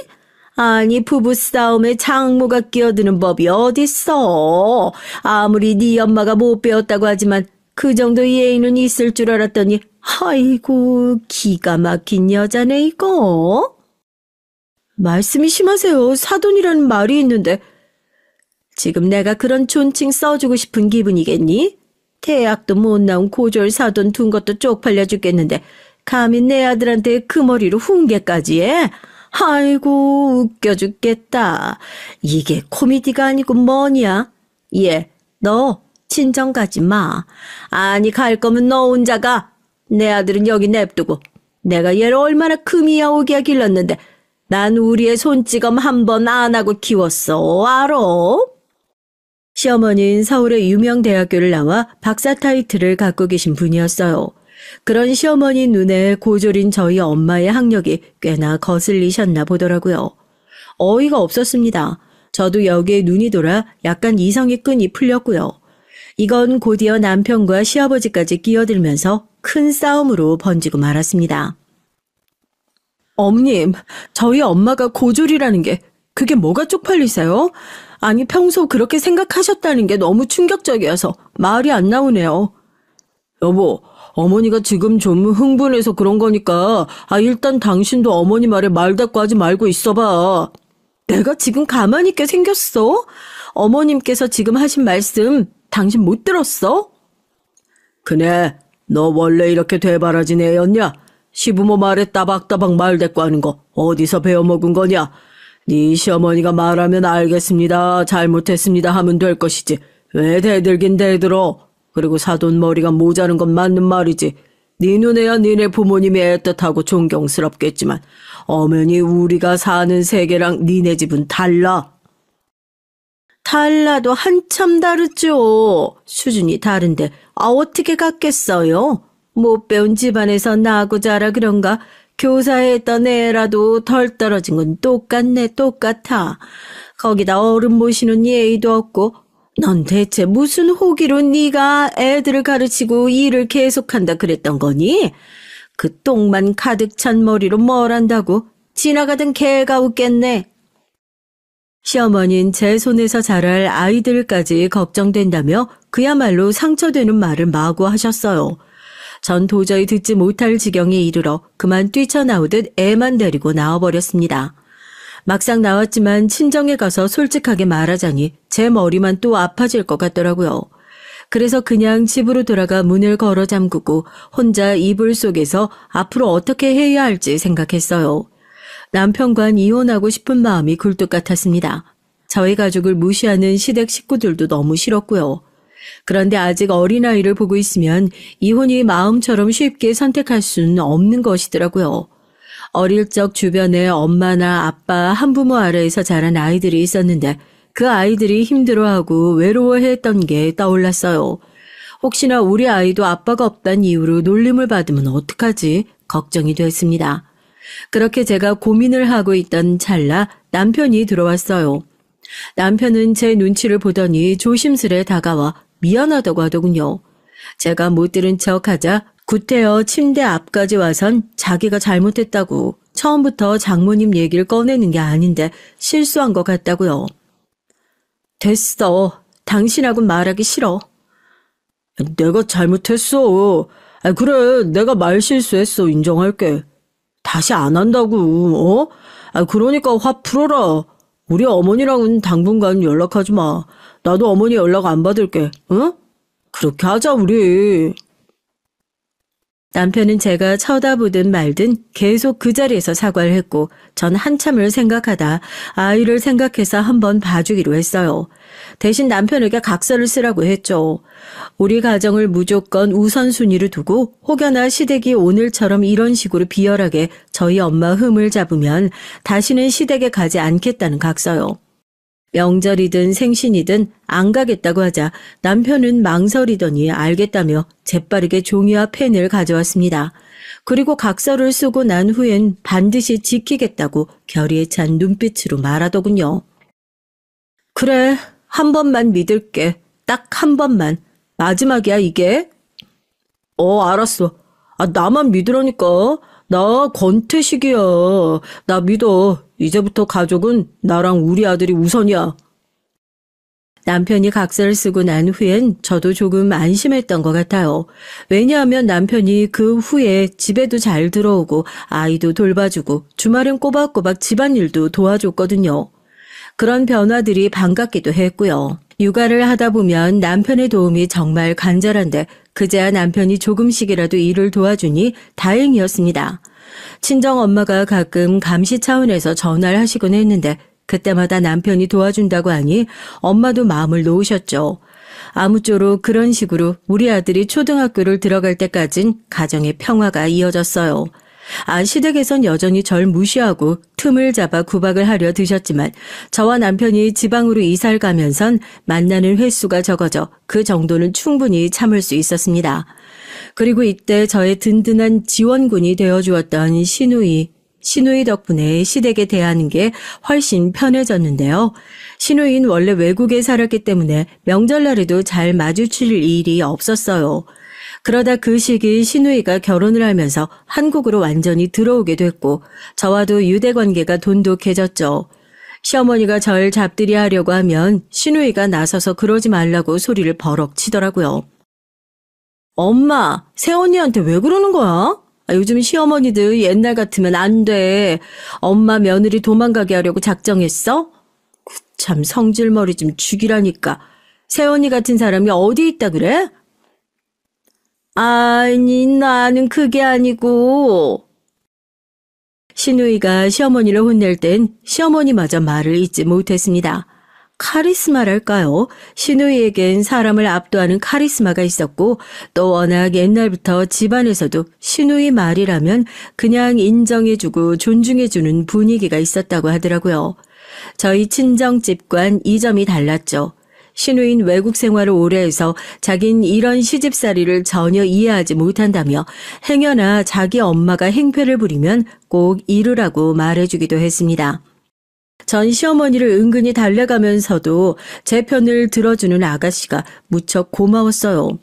저보다 나이는 어리지만 더 성숙해 보이고 더 강해 보이는 부분이 멋져 보이기도 했고요.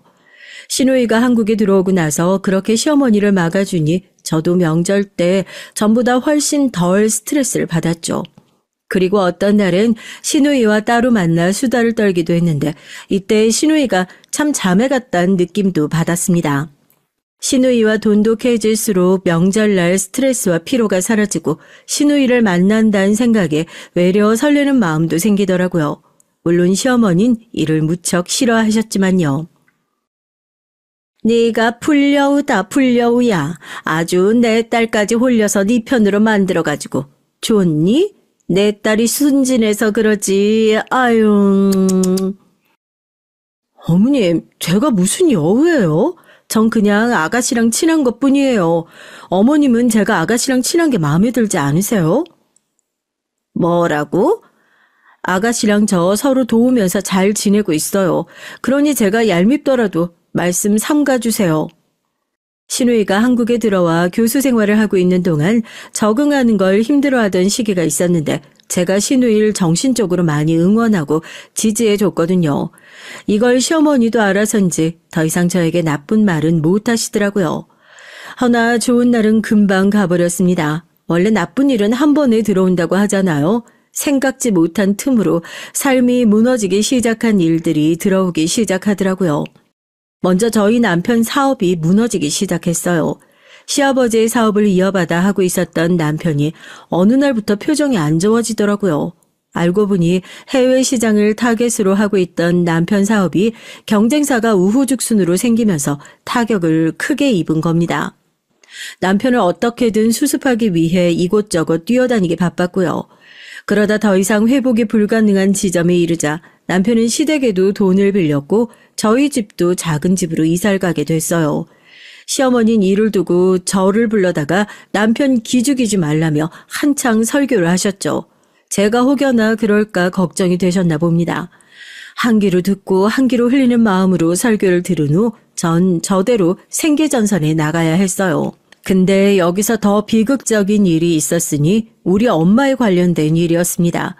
제가 일을 하고 있을 적 큰오빠에게 전화가 왔는데요.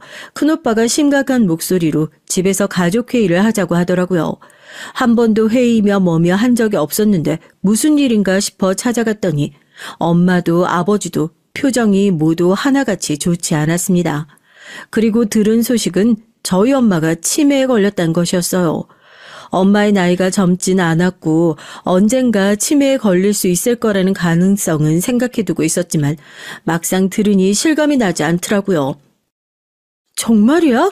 아니 엄마, 진짜 엄마가 치매야? 그래, 우리가 검사받고 확인하고 왔어.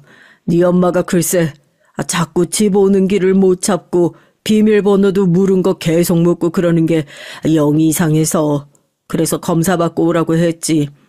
너도 알지만 네 엄마 기억력 하나는 기똥차게 좋지 않냐. 그런 사람이 자꾸 물어보니까 이상했지. 아니길 바랬는데 치매라고 한다더라. 여기서 아버지의 말이 끝나자마자 제가 시름에 잠길 틈도 없이 오빠 2명이 번갈아가며 그러더군요. 난 엄마 못 모셔. 가정 있으니까. 우리 와이프는 지금도 일 다니느라 힘들어해. 나도 형이랑 마찬가지야.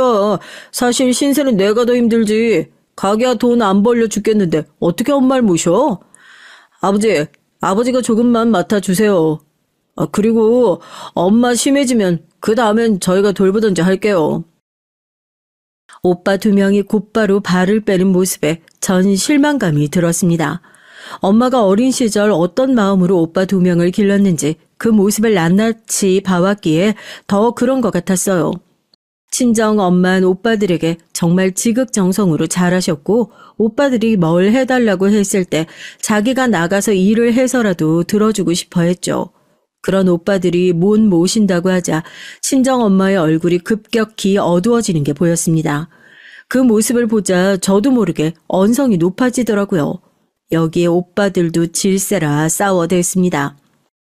오빠들, 아니 모시고 안 모시고를 떠나서 지금 그게 할 말이야? 엄마가 아프시다는데 그런 얘긴 하나도 없고 왜 발부터 빼려고 하는데? 오빠들이 안 모시면 나라도 모셔. 그러니까 걱정하지 마. 아빠도 지금 힘드시잖아요. 허리 때문에 잘 일어나지도 못하시는데. 제가 남편이랑 상의해 볼게요. 우리가 언제 발을 빼? 너 말 이상하게 한다. 너만 착한 효녀 노릇하고 싶은 줄 알아? 나도 하고 싶은데 상황이 여의치 않은 걸 어쩌냐? 그러니까 형 말처럼 너만 착한 자식인 척 하지 마라. 우리라고 엄마 안 모시고 싶겠냐? 아니야. 싸우지들 말어. 나 괜찮아. 나 지금 심하지 않고 약 먹으면 몇 년은 끄떡없다고 해. 자식들한테 민폐 끼칠 생각 없고 힘들면 알아서 시설 들어갈 테니 니들은 신경 쓸 거 없어. 엄마 정말 괜찮아. 친정엄마는 어떻게든 상황을 수습하려고 하셨지만 전 엄마가 한껏 위축되어 오빠들과 절 말리는 모습이 가슴 아팠습니다. 엄마는 이미 오빠들에게 엄청난 희생을 하셨고 그렇게 기른 자식들인데 그 자식들이 커서 치매 걸린 부모에게 한다는 말이라곤 못 모신다는 말이니 가슴이 미어지더라고요. 여러분은 어떻게 생각하시나요? 전 친정 엄마의 눈을 차마 마주할 수가 없어 그날 바로 집으로 와선 남편과 상의를 했어요. 남편은 역시나 반대를 외쳤죠. 자기는 지금 사업도 바쁘다, 뭐도 해야 한다, 불편하다 등등 핑계에 가까운 말만 주렁주렁 늘어놓더라고요. 솔직히 제가 시댁에 했던 것에 반의 반이라도 남편이 했었다면 서운함이 없었을 겁니다. 그런데 명절날 빼꼼, 생실날 빼꼼, 저희 친정에 와서도 핸드폰 보거나 PC방이나 갔던 사람이 저러니 너무 얄밉더라고요. 1년만이라도 그 정도도 안 돼? 엄마한테 해준 게 너무 없어서 그래. 엄만 나 산후조리며 애 키우는 거며 내가 힘들 때 번번이 도와줬는데 오빠들도 못 모신다고 하고 아버지는 허리가 많이 아프셔. 아니요, 장인어른 허리가 뭐 얼마나 아프다 그래. 저번에 보니까 잘 움직이시더만. 그리고 요즘 치매 약 좋아서 몇 년이고 잘 살아. 괜히 엄살 부리지 말고 당신 오빠들한테 좀 모시라 해. 그게 되면 내가 당신이랑 이걸 상의하겠어? 오빠들이 안 된다고 했다고. 아버지도 상황이 심각하셔. 지금 계속 도와주시는 분이 왔다 갔다 하는 상황이라고. 전 소리를 빽 질렀고 남편은 끝끝내 안 된다고 말했습니다. 거기다 이 소식을 들은 시댁마저 겉으로는 안타깝다, 걱정된다 라고 말은 하지만 남편에게 무슨 말을 들은 건지 이런 경고를 하시더군요. 나도 뭐 같이 늙은 입장에서 사부인 소식 들으니 안타깝긴 하지만은 그래도 우리 아들을 거기에 끼워 넣을 생각은 하지 마라. 아무래도 지금 사업 때문에 바쁘고 힘든 애야. 요즘 못 먹어서 비쩍 마른 건 보니까 아이고 내가 마음이 다 쓰리더라. 걘 지금 자기 앞가림 하는 것도 힘든 애야. 아무튼 네 엄마 챙겨드리는 것도 중요하지만 남편도 잘 챙겨줘야 된다. 전 여기서 어떻게 해야 할까 고민하다 어쩔 수 없이 집을 이사해 친정 근처로 가고 거기서 엄마를 보살펴 드리는 걸로 결론을 내렸습니다. 엄마는 남편 눈치가 보였는지 시설로 들어가겠다고 했지만요. 남편은 이사 가는 것도 구태여 그렇게까지 해야 하냐며 툴툴거렸어요. 전 열이 받아 남편에게 지금까지 제가 시댁에 한 일들을 줄줄 읊을까 하다 말았죠. 대신 이런 말을 했어요. 엄마에게 재산이 많다고요. 이 말에 남편은 바로 눈을 번뜩였습니다. 뭐? 장모님한테 재산이 많아? 아니 당신 왜 그 말을 안 했어? 말하면 뭐 달라졌으려고? 아니 그게 아니라 미리 말이라도 해주지. 그걸 왜 당신 혼자 알고 있었냔 말이지. 엄마가 아는 친구분 따라 투자했는데 그게 잘 됐나 봐. 그래서 재산을 꽤 많이 불러놓으셨대. 그거 나한테 어느 정도 주신다고 했고. 남편은 그럼 무조건 잘 모시자면서 이사 후 저희 친정집을 뺀질나게 들락거렸습니다. 정말 속물 중에 속물이었어요. 엄마에게 재산이 많단 말을 들으니 뭐라도 자기에게 떨어질 거라고 생각했나 봐요. 그때 남편에 대한 근본적인 회의감이 많이 들었던 것 같아요. 오죽하면 제 아들도 자기 아버지의 저런 행태가 마음에 들지 않는다고 말하더군요. 아빠 평소에 할머니한테 전화도 한 번은 안 하지 않았어? 갑자기 왜 저러는 거야? 설마 할머니 돈 때문에 그러는 거야? 아니야, 그런 거. 넌 신경 쓰지 마. 이미 저희 아들은 제 아버지를 잘 알고 있었죠. 돈에 움직이는 인물이라는 것을요. 그래서 남편이 저렇게 태도가 바뀌어 처가댁을 드나들기 시작했을 때 무언가 다른 게 연루되어 있다는 점을 눈치챈 거예요. 아들이 학교를 다닐 때도 뭐 별 관심조차 주지 않았던 아버지니 저희 아들은 남편을 은근히 속으로 원망하고 싫어하고 있었습니다. 특히 저 혼자 시집살이하며 자신을 힘들게 키웠다는 걸 알고 나서부턴 남편에 대한 반감이 심해지더라고요. 저희 엄마가 아프게 되고 나서 할머니를 잘 따르고 좋아했던 아들은 진심으로 걱정하며 엄마를 돌보곤 했는데요. 친정엄만 간혹 정신이 들었을 때 보물 같은 손주라며 고마워하곤 했습니다. 그런데 문제는 저희 엄마의 상태가 빠르게 악화되어 간다는 것이었어요. 치매약이 좋다고들 해서 엄마 역시 최대한 느리게 병세가 퍼져나가길 바랬는데 운명이 왜 이리 야속한 건지 엄만 2년이 지나고 나자 급격히 무너지기 시작했습니다. 자신의 이름도 잊고 아버지도 못 알아보고 나중엔 제 얼굴도 못 알아보며 누구냐고 묻는데 너무 눈물이 나더라고요. 우리 엄만 강한 사람이니 치매라 할지라도 괜찮을 거라고 굳게 믿었나 봐요. 제가 그리 믿고 싶었나 봐요. 미련한 욕심이었죠. 결국 운명이 엄마를 데리고 가버렸습니다. 엄만 파도에 휩쓸리듯 그렇게 중증이 되어 이젠 대소변도 가리지 못하게 됐고요. 그런데 여기서 남편이란 작자는 엄마가 절이 되자 저한테 자꾸 사진을 보내더라고요. 자세히 봤더니 요양원 시설 정보며 관련된 사진이었습니다. 장모님 너무 심각해. 이대로 뒀다간 당신도 너무 힘들어진다고. 장모님 더 늦기 전에 전문적인 치료 받게 하자. 당신도 솔직히 힘에 부치는 건 사실이잖아. 아니야, 조금만. 힘들면 당신 아무것도 하지 마. 내가 다 할 테니까. 당신 왜 그렇게 미련하냐? 나도 짜증나. 장모님 오늘도 이불에 오줌 쌌다고. 그 이불 우리 아들이 빨아댔다고. 우리 아들 그 냄새 나는 집에 언제까지 들락날락거려야 하는데 당신은 아들 생각 안 하냐? 남편의 말에 순간 가슴이 덜컹하더군요. 저희 아들이 저를 도와 할머니를 챙기는 걸 당연하게 생각했는데 어쩌면 정말 이제 엄마를 보내드려야 하는 때가 온 걸까 싶었습니다. 더군다나 남편은 집에 계신 아버지마저 힘들어한다면서 치매 걸린 노인이 집에 있으면 그 옆에 있는 사람도 우울증에 걸릴 수 있다느니 하는 말을 늘어놓았죠. 정말 이건 내 이기적인 마음인 걸까? 아버지 생각해서라도 엄마를 이제 요양원으로 모셔야 하는 걸까? 참 여러 마음이 들었어요. 결국 조심스런 마음으로 아버지에게 따로 가 상의를 했는데요. 아버진 동의를 하시더군요. 손주까지 고생하는 게 보기 싫으시다며 전문적인 시설에 보내자고요. 친정 오빠들이야 뭐 말할 거 없이 찬성을 했고요. 그리고 요양원 입소를 결정한 날부터 전 엄마와 시간을 많이 보내려고 했어요. 그게 엄마를 위해 제가 할 수 있는 마지막 도리라고 생각했죠. 울지 말자고도 다짐했습니다. 어른스럽게 엄마를 보내주자고 혼자 여러 번 다짐도 했고요. 근데 모녀 관계는 어쩔 수 없나 봐요.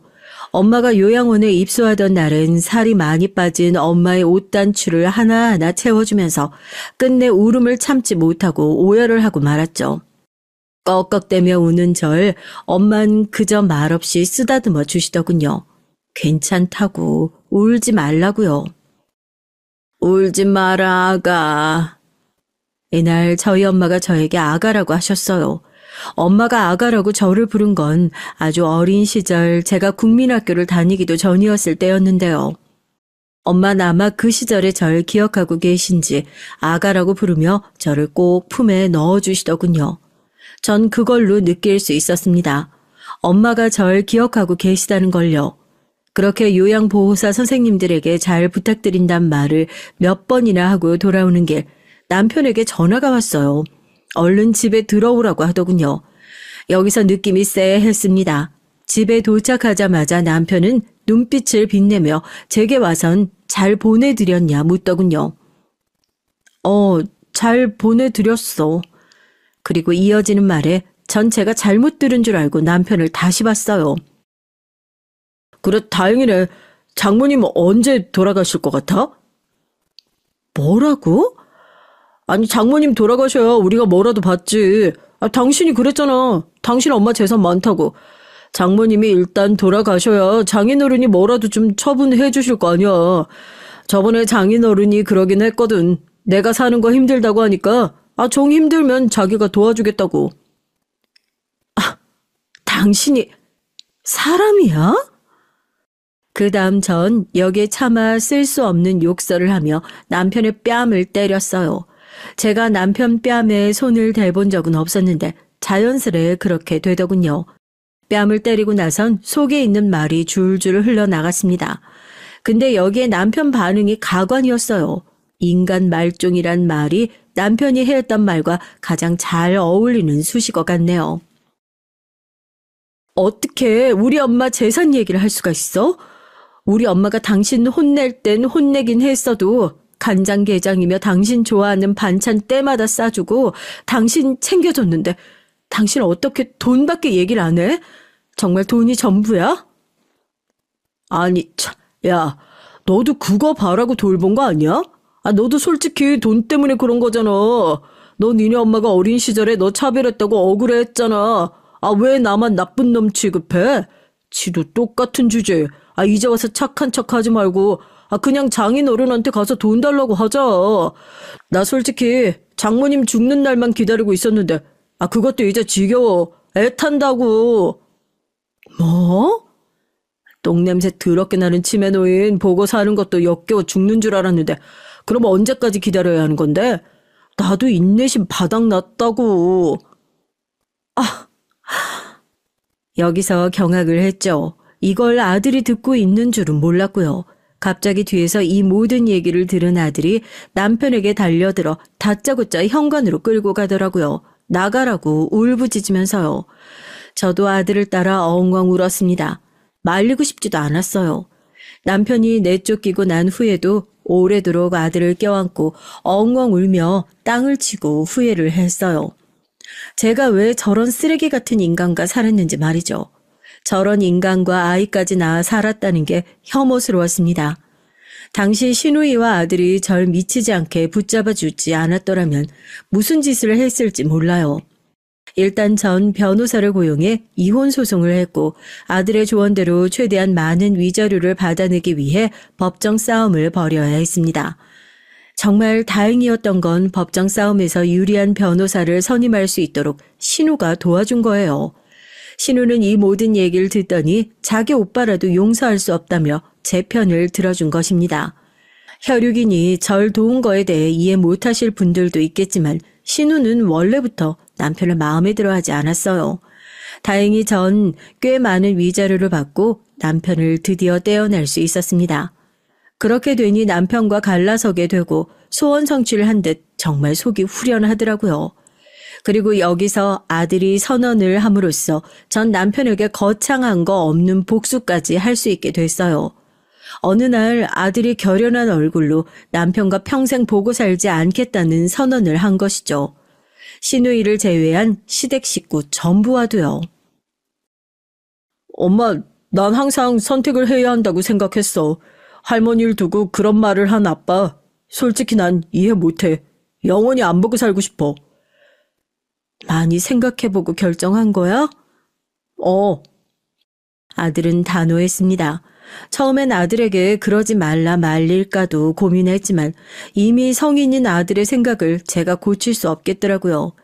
전 남편은 아들과 연이 끊기자 모든 게 제 탓으로 돌렸어요. 제가 자식 교육을 잘못 시켜 아들이 저런 망나니가 됐다며 hir난을 했죠. 전 시댁 역시 마찬가지였고요. 웃기죠. 자신이 한 짓은 생각 안 하고 남부터 원망하는 태세를 보니 너무 한심했습니다. 그대로 말로도 뱉어줬어요. 이보세요. 당신 할 일이나 잘해. 당신이 애한테 관심 가져줬으면 얘가 아버지를 척졌겠어? 당신이 아버지 노릇 못하니 이렇게 된 거 아니야. 자기가 지은 죄는 하나도 안 보이나 봐. 우리 엄마한테 그딴 말 한 쓰레기 다신 상종도 하고 싶지 않으니까 꺼져. 전 남편은 씩씩대다 다시 아들의 손에 끌려 쫓겨났습니다. 시어머니도 소금 한 바가지를 들고 집 앞까지 찾아오시긴 했는데요. 이 역시 제가 당차게 대응하며 해결이 됐죠. 그에 이어 반가운 소식도 들려왔네요. 전 남편의 회사가 완전히 망해 길거리에 나앉을 처지가 됐다고요. 시누이를 통해 들었는데 사람도 함께 망가져 인사불상이 되었다고 하니 마냥 기분 좋아할 소식은 아니지만 솔직히 나쁘진 않네요. 저에게 했던 짓, 저희 엄마에게 했던 짓을 생각하면 말입니다. 이후 전 남편은 절 찾아오기도 했어요. 전과는 달리 상당히 위축된 동작으로 문을 두드리더니 자기를 다시 받아달라고 하더군요. 전 통쾌하게 내질렀고요. 내가 미쳤니? 당신을 받아주게? 이제 기웃거릴 데가 없어 여기를 와? 또 쫓겨나기 전에 스스로 나가. 그러자 전 남편은 고개를 힘없이 떨구며 제 발로 자리를 떠났습니다. 입은 옷이나 신발을 보니까 정말 이제 심각해 보이긴 했네요. 사실 이 글을 적고 있다가도 아직 요양원에 계신 엄마를 떠올리면 엄마가 보고 싶고 그리운 마음이에요. 친정 엄마의 내리사랑을 제가 조금이라도 더 베풀 수 있을 때까지, 그때까지만 살아 계셨으면 좋겠습니다. 제 바람은 그뿐이에요. 지금까지 들어주신 분들 모두 감사드리고 행복한 일 가득하길 바랍니다.